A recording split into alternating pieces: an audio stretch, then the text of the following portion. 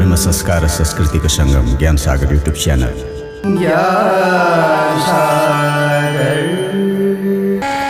हरि ओम।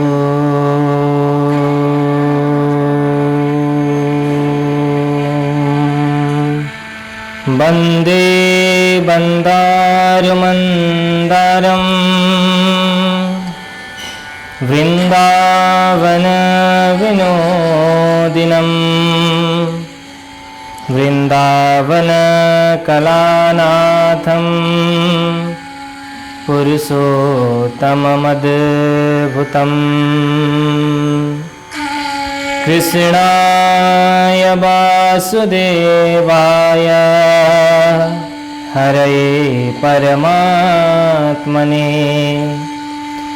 प्रणतक्लेशनाशाय गोविन्दाय नमो नमः। जय श्री राधे, जय श्री कृष्ण।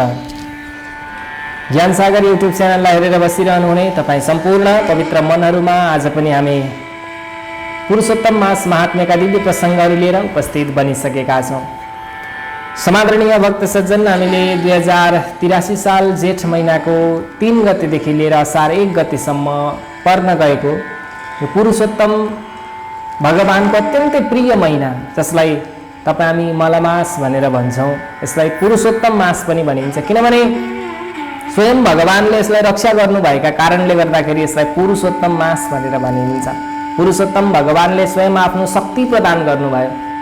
स्वयं आफूसँग भएका जति पनि शक्तिहरू छन् ती सबै यो पुरुषोत्तमलाई प्रदान गरेका कारणले गर्दाखेरि यसलाई पुरुषोत्तम मास, यो सम्पूर्ण महिनाहरूको राजाका रूपमा यो पुरुषोत्तम मास कहलिन लाग्यो।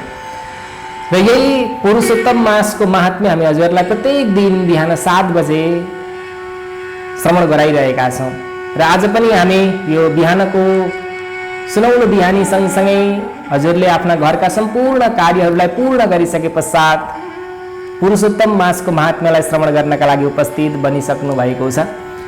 र हामीले हिजोका प्रसङ्गमा एकजना कदरीय नाम गरेको ब्राह्मण, जो अत्यन्तै लोभी ब्राह्मण थियो, जसले आफ्नै लोभका कारणले गर्दाखेरि उसले यो संसारमा दुःखै दुःखको भुमरीमा रुमलिएर अनि अन्तिममा मृत्युवरण गरेको थियो। र उसलाई यमराजले पनि 1000 पल्ट बानर योनिमा प्राप्त गराउनु भएको थियो। त्यही प्रसङ्ग हिजो हामीले श्रवण गरेका थियौँ। अगाडि गएर यहाँ भगवान नारायण नारदजीलाई भन्नुहुन्छ, तन्निशम्य भटानाः चित्रगुप्तस्थिरं वृषं पूर्वं लोभाविभूतोऽयं पश्चात् चौर्यमचेकरत्। जब धर्मराजको यस्तो कुरो सुनेर चित्रगुप्तले आफ्ना सेनाहरूलाई कडिकडाउका साथमा भन्न लाग्नु भएछ, पहिला यो पापी अत्यन्तै लोभी थियो, त्यसकारण अनि पछिबाट चोरीका कर्महरू पनि गर्न थालेको छ। त्यसकारणले गर्दाखेरि सबैभन्दा पहिले यसलाई प्रेत शरीर प्राप्त भए पछाडि मात्रै यसले बानर योनिमा प्राप्त हुनेछ।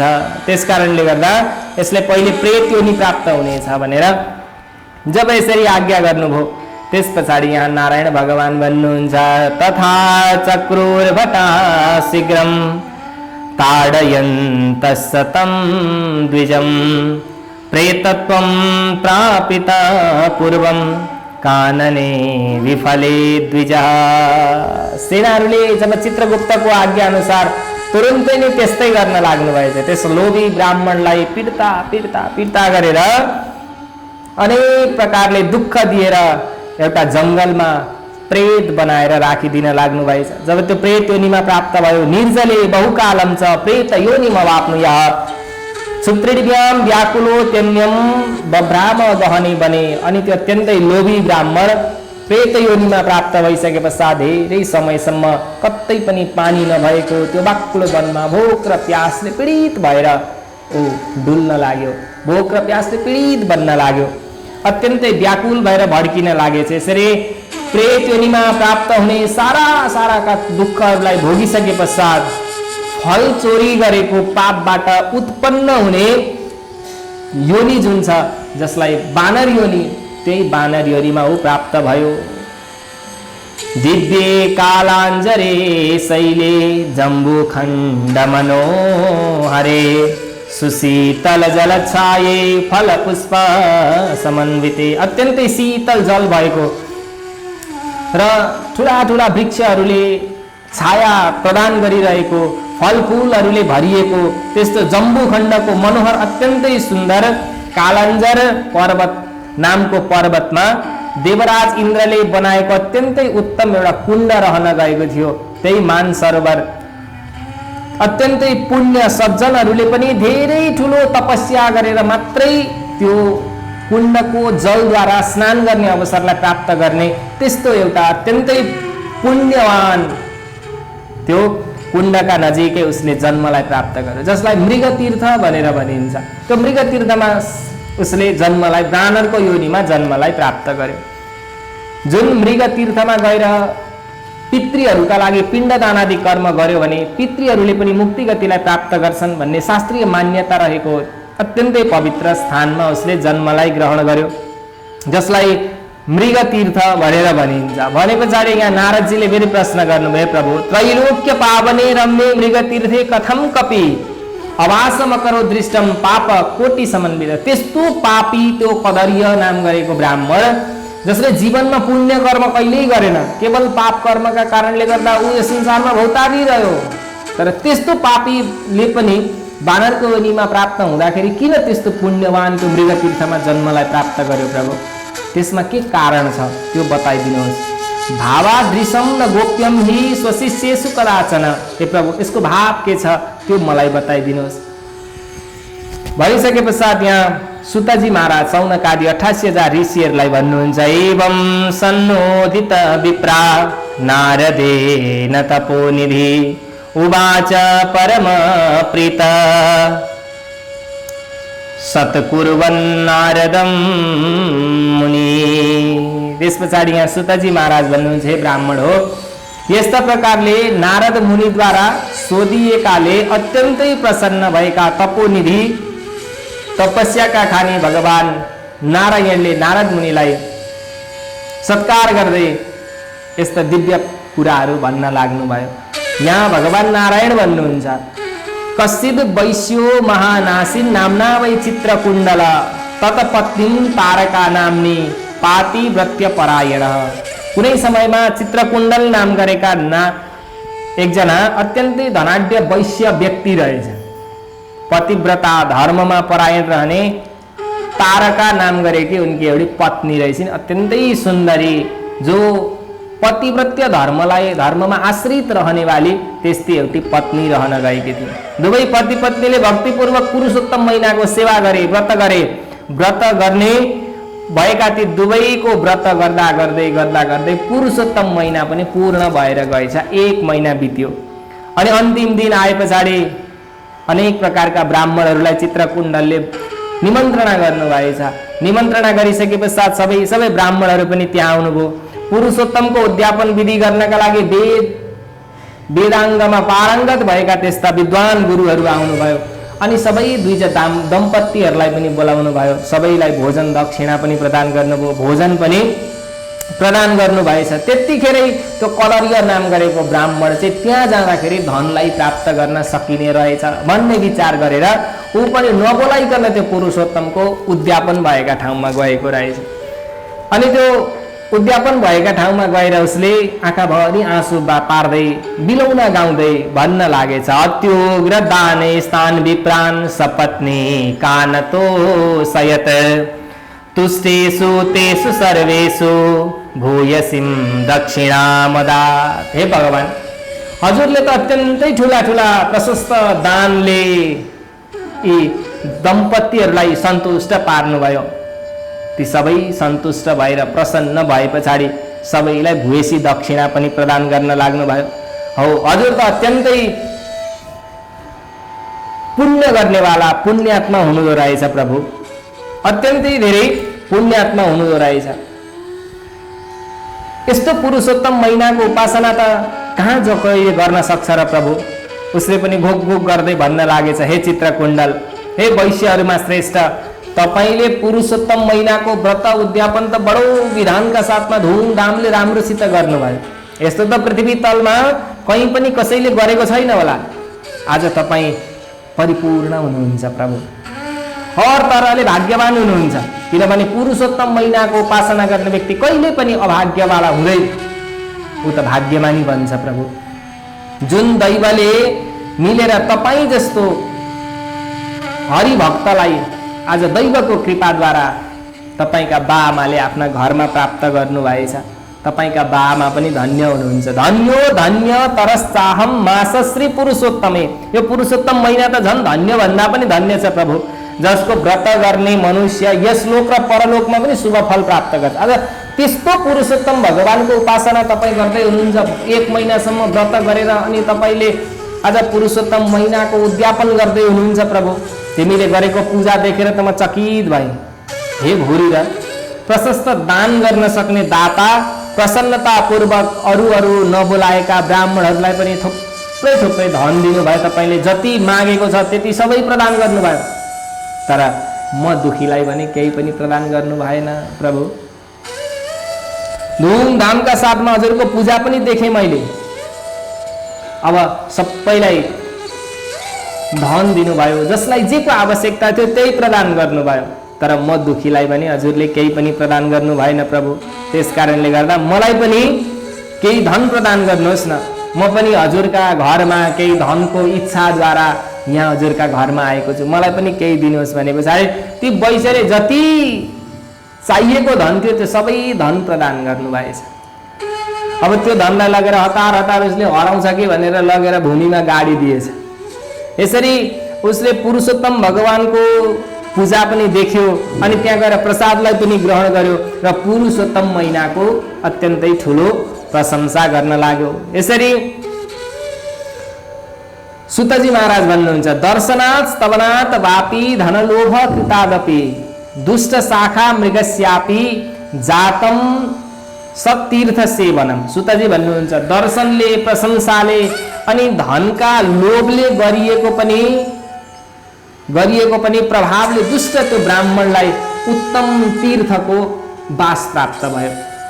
धनकै लोभले भए पनि उसले प्रशंसा गर्यो, पुरुषोत्तम भगवानको प्रसादलाई ग्रहण गर्यो, त्यस कारणले गर्दा उसले उत्तम तीर्थलाई प्राप्त गर्यो।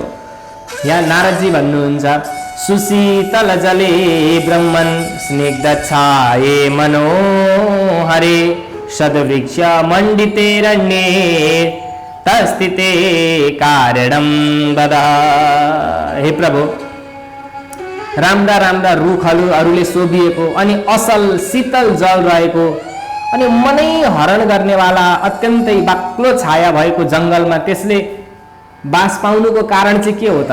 अब त्यो कारण पनि बताइदिनुहोस् भने पछाडि यहाँ नारायण भन्नुहुन्छ, श्रेणु नारद वक्ष्यामि तुभ्यं शुश्रूषवे नग अत्रास्ति कारणं किञ्चित् श्रवणात् पापनाशनम। हे अनग, निष्पाप नारद, सुन्नाले मात्रै पनि पाप नासुने, यस त्यो पवित्र भूमिमा रहन पाउनुमा केही कारण छ। त्यो कारण सुन्न चाहने म तिमीलाई बताउनेछु, सुन। जब भगवान राम यो धरामा अवतारलाई धारण गर्नुभयो, अवतारलाई धारण गरिसके पश्चात समुद्रमा सेतु बान्नुभयो वानर सेनाका साथमा, अनि वानर सेनाका साथमा सेतु बाँधेर जब लङ्कामा गएर विभीषण बाहेक सबै जति पनि रावणका अनुचरहरू थिए ती सबैको वध गर्नु भएर विभीषणलाई लङ्काको राजा बनाइदिनु भयो। त्यस पछाडि जब रावणको वध भइसके पश्चात सबै देवी देवताहरू प्रसन्न हुन लागे र प्रसन्न भइसके पश्चात सबै देवी देवताले भगवान रामसँग भन्न लागे, हे भगवान, आज हजुरलाई हामी वर दिन चाहन्छौँ, वर माग्नुहोस्। के वरदान माग्नुहुन्छ भन्दा भगवान रामले भन्नुभयो, हे देवता हो, यदि यतिखेर मलाई वर दिन चाहनुहुन्छ भने मेरो कुरा सुन्नुहोस्। अत्र वानराश्रुरा रक्ष्यो भीर्निहतास्ते सञ्जीवयत तानासु सुधावृष्ट्या मम ज्ञया। यदि साँच्चै तपाईँ मलाई वर दिन चाहनुहुन्छ भने जति पनि मेरो युद्धमा मारिएका बानर सेनाहरू छन् ती सबैलाई अमृतको वर्षाद्वारा उनीहरूलाई पुनर्जीवित गराइदिनु होला भनेर जब यस्ता प्रकारले देवतासँग भन्नुभयो, सबै बानरहरू पनि जीवित भए, देवताहरूले अमृतको वर्षा गराइदिए। त्यस पछाडि भगवान राम अयोध्या फर्केर जान लाग्नु भएको थियो। त्यतिखेर भगवान रामले सुग्रीव आदि गरिएका बानर सेनाहरूलाई भन्न लाग्नुभयो, हे सुग्रीव हनुमतो हे तारात्मज जाम्बवान् मित्र कार्यम कृतम सर्वम भवद्भि सह वानरै। हे सुग्रीव, हे हनुमान, हे ताराका छोरा अंगद, हे जाम्बवान, तपाईहरूले बानरहरूका साथमा रहेर मित्रले गर्नुपर्ने जति पनि कर्म छ त्यो सबै कामहरू गर्नुभयो। त्यसकारणले तपाईहरूको कार्यदेखि म अत्यन्तै प्रसन्न छु। अब तपाईहरू यी सबै बानरहरूलाई आज्ञा दिनुहोस्, किनकि तपाईहरूले आज्ञा गरिएका यी बानरहरू अब यहाँबाट जता जता मन लाग्छन् त्यतै जाउन्। उनीहरू स्वतन्त्र छन्, उनीहरूलाई अब अधीनमा नराख्नु होला। मेरा यी दीर्घजीवी अनि धेरै वर्ष बाँचिरहने यी बानरहरू जहाँ जहाँको जुन वनमा गएर बस्ने गर्दछन् त्यहाँका वृक्षहरू न केपि धर्षयिष्यन्ति सर्वे यन्तु ममाज्ञया। त्यस पछाडि जहाँ जहाँ बस्छन् त्यहाँका वृक्षहरू पनि अत्यन्तै ठूला ठूला रहने गर्दछन्, सधैँभरि फल र फूलले लटरम्म भइरहने गर्दछन्। जहाँ बस्दछन् यी बानरहरू ती नदीहरू पनि मीठा जल भएका हुनेछन्। त्यसकारणले गर्दा यिनीहरूलाई आज्ञा दिनुहोस् भनेर जब यस्ता प्रकारले भगवान रामले सुग्रीव आदिलाई भन्नुभयो, त्यस पछाडि ती बानरहरूलाई पनि स्वतन्त्र बनाइदिनु भयो सुग्रीवले। अगाडि गएर यहाँ नारायण भन्नुहुन्छ, भगवान रामले यसरी बानरहरूलाई आज्ञा दिएका कारणले गर्दा त्यसले भगवान रामको प्रसादद्वारा, रामको कृपाद्वारा त्यो सुन्दर फल भएको त्यो वनमा उसले जन्मलाई ग्रहण गर्यो। नारायण भन्नुहुन्छ, जन्मतस्तस्य वक्त्रे भूत पीडा पित्त समुद्भवा यया श्रीक्षवते वक्ता व्रणतस्स दिवानिसम। नारायण भन्न लाग्नुहुन्छ, त्यो अत्यन्तै लोभी ब्राह्मण जब बानर भएर उसले जन्मलाई ग्रहण गर्यो त्यतिखेर पूर्व जन्मका पापले गर्दाखेरि खान पिउन नसकेर सही नसक्नुको भोक प्यासले व्याकुल हुँदै त्यहाँको वनमा घुमफिर गर्न लागेछ। वनमा घुमफिर गर्न लाग्यो, किनकि जन्मैदेखि उसको मुखमा पित्तको प्रभावले गर्दाखेरि उब्जिएको जुन पीडा थियो त्यो पीडाले गर्दा उसले न त्यो फल खानलाई पायो न जललाई पान गर्न पायो। जुन पीडाले गर्दाखेरि उसको मुखका घाउहरूबाट दिन रात रगत बगिरहने गर्दथ्यो। उसले पूर्व जन्ममा फल चोरेर खाएका कारणले गर्दाखेरि यो जन्ममा उसका मुखमा घाउ भएर न उसले यो जन्ममा फल ग्रहण गर्न पायो न जललाई पान गर्न पायो। अत्यन्तै पीडाले गर्दा केही खान सक्दैन थियो। बानरको चञ्चल स्वभावले गर्दा सधैँ ऊ एक रुखबाट अर्का रुखमा अम्फाल्ने गर्दथ्यो। त्यस वनमा मीठा मीठा फलहरू रहन गएका थिए, तोडेर मुखको नजिकै लगेर खान खोज्थ्यो, तर मुखमा भएको त्यो पीडाका कारणले गर्दा खान सक्दैन थियो, भुइँमा झारिदिन्थ्यो। पीडाले गर्दा त्यो बानर एक ठाउँमा कहिले पनि रहन सकेन। एक रुखबाट अर्को रुख, एक रुखबाट अर्को रुखमा जाँदाखेरि मृत्युलाई सुख दिनेवाला मान्थ्यो अनि ऊ विचार गर्न लाग्थ्यो, कदाचित पतत भूमौ बिललापस दुखितः, दुखित भएर ऊ विलाप गर्ने गर्थे र यस्तो दुखी जीवन बाँच्नुभन्दा त बरु मृत्यु नै प्यारो छ, मर्न पाए पनि हुन्थ्यो, मर्न पाए पनि हुन्थ्यो। कहिलेसम्म यसरी भोकै प्यासै मलाई तिर्खाले पनि व्याकुल बनाएको छ, भोकले पीडित बनेको छु। यो वनमा फलहरू छन् तर पनि त्यो फललाई ग्रहण गर्न सक्दिनँ, बरु यो जीवन बाँच्नुभन्दा त बरु मर्नु नै निको रहेछ भनेर ऊ मृत्युको पर्खाइमा बस्न लागेको थियो। घुँ गर्दै छटपटाउँदै रुन थाल्यो। अब त खाना र पिउन नपाएका कारणले गर्दाखेरि उसका शरीरहरू पनि कमजोरीका कारणले गर्दा शिथिल बन्न लागेका थिए।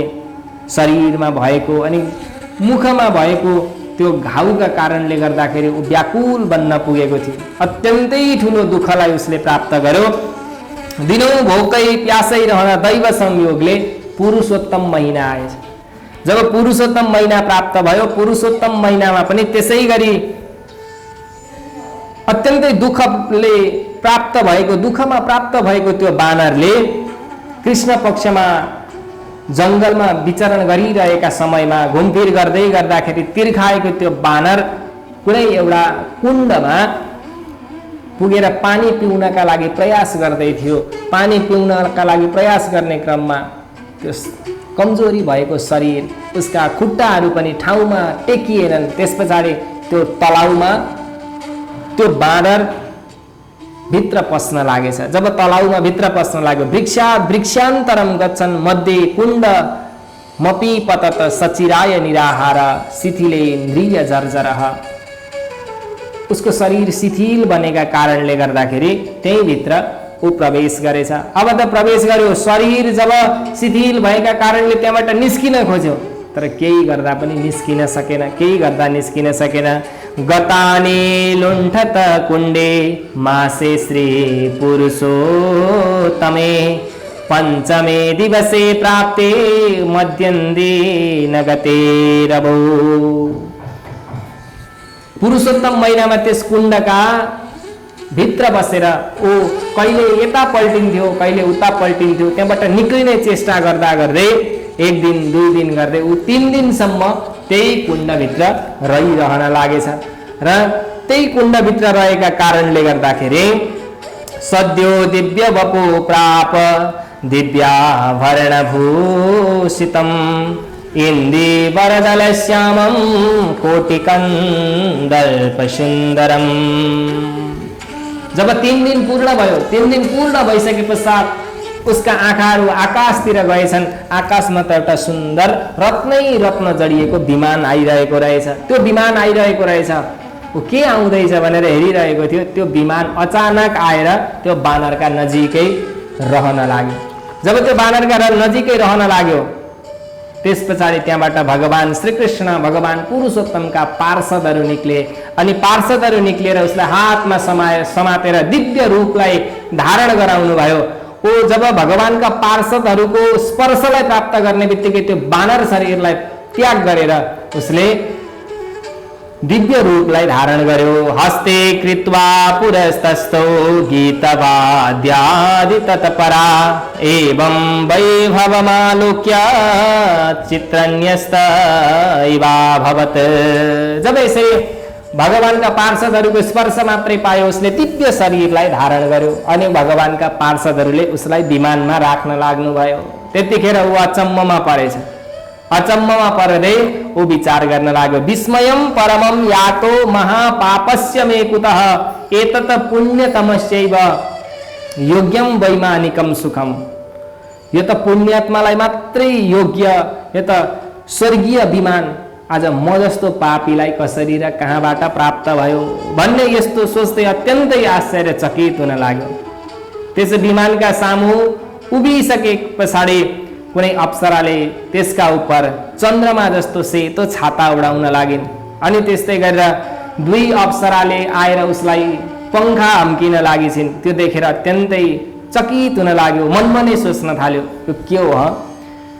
किमे तत् केन पुण्येन मम पुण्यस्य दुर्मते नास्ति मे सुकृतं किञ्चिदेन यामि हरे पदम।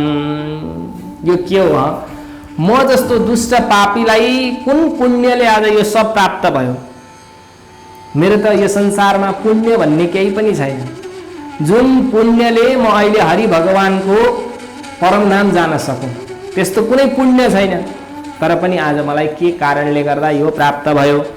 भगवान नारायण भन्नुहुन्छ, इत्थं तर्कयतो बृहत् सुखनिधिं दिव्यं विमानं पुरो दृष्ट्वा विस्मित चेतसो हरिभवो ज्ञात्वा स्याहार्दं परं बद्ध्वाग्रे करसम्पुटं सविनयं नत्वा त्वदीयं पदं वाक्यं सुन्दरमुचतो कपिजनो त्यक्त्वा पुरा संस्थितः।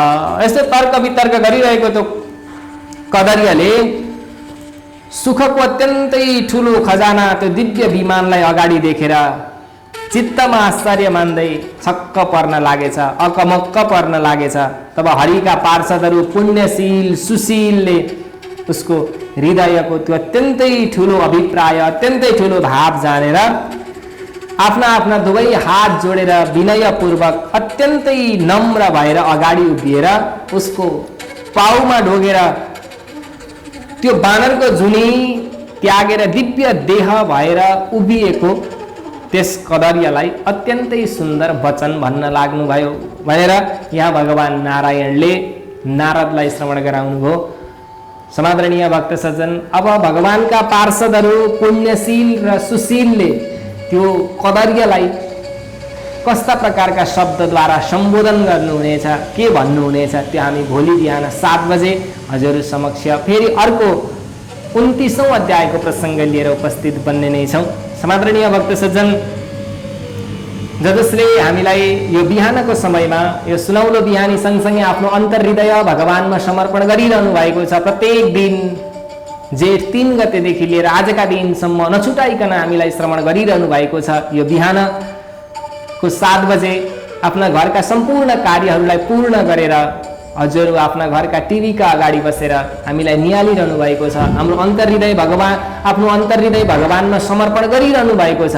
हजुरहरू सबैको अन्तर्हृदयमा भएका सम्पूर्ण विकारहरू नष्ट भएर जाउन्। पुरुषोत्तम भगवानको कृपा प्रसाद सधैँभरि हजुरहरूको शिरमा बनिरहोस् भगवानसँगै प्रार्थना गर्दै र भोलि बिहान ठिक 7 बजे फेरि 29औं अध्यायको प्रसङ्ग लिएर उपस्थित हुने वाचा गर्दै म अहिलेका लागि पण्डित रोशन भट्टराई बिदा हुन चाहन्छु। हवस् त, जय श्री राधे, जय श्री कृष्ण।